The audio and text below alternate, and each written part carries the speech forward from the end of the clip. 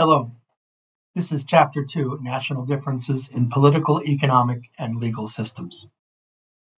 Our learning objectives today include understanding how the political systems of countries differ, understand how the economic systems of countries differ, and understand how the legal systems of countries differ, and lastly, explain the implications for management practice of national differences in political economy. Political economy. Political, economic, and legal systems of a country, these systems are interdependent and they influence each other. Political systems, the system of government in a nation is called the political system, assessed according to two dimensions. Number one, emphasis on collectivism or individualism, and two, degree to which they are democratic or totalitarian. Collectivism, it emphasizes collective goals over individual goals. Socialism, public ownership of the means of production for the common good. Karl Marx, the few benefit at the expense of the many in a capitalist society where individual freedoms are not restricted. Communists versus social democrats. You have privatization and individualism, and individuals should have freedom in economic and political pursuits. The interest of the state should take precedence over the interests. The interest of the individual should take precedence over the interests of the state. And there's two tenets. Number one, guarantee of individual freedom and self-expression, and the welfare of society best served by letting people pursue their own economic self-interest. Democracy is governed by the people, exercised either directly or through elected representatives. Totalitarianism, one person or political party exercises an absolute control over all spheres of human life and prohibits opposing political parties. Democracy and individualism go hand in hand, as do the communist version of collectivism and totalitarianism. In democracy, representative democracy, citizens periodically elect individuals to represent them. It includes a multitude of safeguards that are typically based in constitutional law, including freedom of expression, free media, universal adult suffrage, and a fair court system. In totalitarianism, communist totalitarianism, socialism can be achieved only through a totalitarian dictatorship. Theocratic totalitarianism, monopolized by a party or group or individual that governs according to religious principles. Tribal totalitarianism, a party, group, or individual that represents the interests of a particular tribe and it monopolizes political party. Right-wing totalitarianism generally permits individual economic freedom but restricts individual political freedom, including free speech on the grounds that would lead to the rise of communism. Pseudo-democracies lie between pure democracies and complete totalitarian systems. Authoritarian elements have captured some or much of the machinery of state and use this to deny basic political and civil liberties. Market economy. All productive activities are privately owned. Production is determined by supply and demand, or in essence, the market, and to work, supply must not be restricted.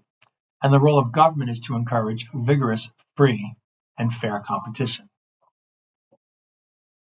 In a command economy, government plans the goods and services, quantity and price, then allocates them for the goods of society. All businesses are state-owned and historically found in communist countries, and no incentive for individuals to look for better ways to serve the needs. In a mixed economy, some sectors are privately owned and some are government-owned. Once common in developed world, less so now. Government may aid troubled firms whose operations are vital to national interests. U.S. helped Citigroup and General Motors in the 2008 recession. Legal systems refers to rules or laws that regulate behavior, process through which laws are enforced, and the process through which redress for grievances is obtained. And they're influenced by the prevailing political system, whatever that may be. In different legal systems, we have something called common law. It evolved in England over hundreds of years. It's based on tradition, precedent, and custom, and it's more flexible than other systems. Civil law is based on detailed laws organized into codes. It's less adversarial than a common law system. And then we have something called theocratic law, based on religious teachings, and most common is Islamic law. Differences in contract law. Contract specifies conditions under which an exchange is to occur, and details rights of parties involved. Contract law is the body of law that governs contract enforcement. Under common law, contracts are very detailed with all contingencies spelled out. It's more expensive and can be adversarial. Under civil law, contracts tend to be much shorter and less specific. United Nations Convention on Contracts for the International Sale of Goods establishes a uniform set of rules governing certain aspects of the making and performance of everyday commercial contracts between sellers and buyers who have their places of business in different nations. It applies automatically to all contracts for the sale of goods between different firms based in countries that have ratified the convention unless the parties have opted out of it. Property rights and corruption. Property is a resource that an individual business owns. It could be land, building, equipment, capital, mineral rights, businesses, intellectual property. Property rights are the legal rights over which the use to which a resource is put and over the use made of any income that may be derived from that resource. Continue. Property rights and corruption continue. Private action. Theft, piracy, blackmail by private individuals or groups. Public action and corruption. Public officials extort income, resources, or property. It can be done legally by levying excessive taxation, requiring licenses or permits from property holders, taking assets into state ownership without compensating owners, or redistributing assets without compensating prior owners. It can be done illegally through corruption, demanding bribes. Here's rankings of corruption by countries in 2020.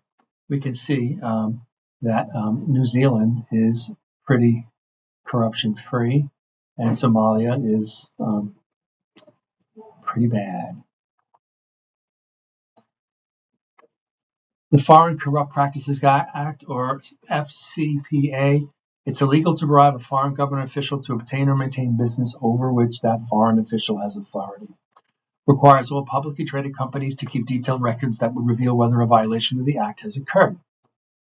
Convention on Combating Bribery of Foreign Public Officials in International Business was 1997, and it makes bribery of a foreign public official a criminal offense and allows for facilitating or expediting payments. The protection of intellectual property. Intellectual property is property that is a product of intellectual activities, such as computer software, a screenplay, a music score. Patent, inventors' exclusive rights for a defined period. Copyrights, exclusive legal rights of authorities, composers, playwrights, artists, and publishers. Trademarks, officially registered designs and names used to differentiate products. World Intellectual Property Organization is an international organization whose members sign treaties to protect intellectual property. Paris Convention for the Protection of Industrial Property. Product safety and product liability. Product safety laws have set certain safety standards to which a product must adhere. Product liability involves holding a firm and its officers responsible when a project causes injury, death, or damage. It can be much greater if a product does not conform to safety standards. Civil and criminal laws apply. It also raises ethical issues when doing business abroad. 360 view management implications. The macro environment influences market attractiveness. Two broad implications for international business. Political, economic, and legal systems of a country raise important ethical issues that have implications for international business. Political, economic, and legal environments of a country clearly influence the attractiveness of that country as a market or investment. A country with democratic political institutions, a market-based economic system, and a strong legal system is more attractive to do business in. I thank you for listening.